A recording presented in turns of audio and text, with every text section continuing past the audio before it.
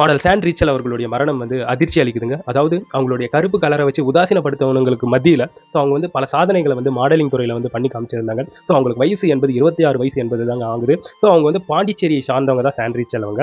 இவங்க மாடலிங் துறையில் வந்து கலக்கியிருக்காங்க. அதே சமயத்தில் இவங்களுடைய கனவு என்னதுன்றது பார்த்தோம்னா, அதாவது மிஸ் இந்தியா ஆகணும் அப்படிங்கிறது தான் இவங்களுடைய கனவாக இருந்தது. பட் அந்த கனவெல்லாம் நிஜமாகிறதுக்கு முன்னாடியே இவங்க இப்போ இறந்திருக்கிறது உண்மையே மனசுக்கு வருத்தம் அளிக்குது. இவங்க படைத்திருக்கக்கூடிய சாதனைகளை வந்து கொஞ்சம் பார்த்துடலாமே. Miss Pondicherry 2021, miss dark queen Tamil Nadu 2019, அதுக்கப்புறம் மிஸ் பெஸ்ட் ஆட்டிடியூட் 2019 அப்படின்ட்டு பல சாதனைகளை இவங்க வந்து பண்ணியிருக்காங்க.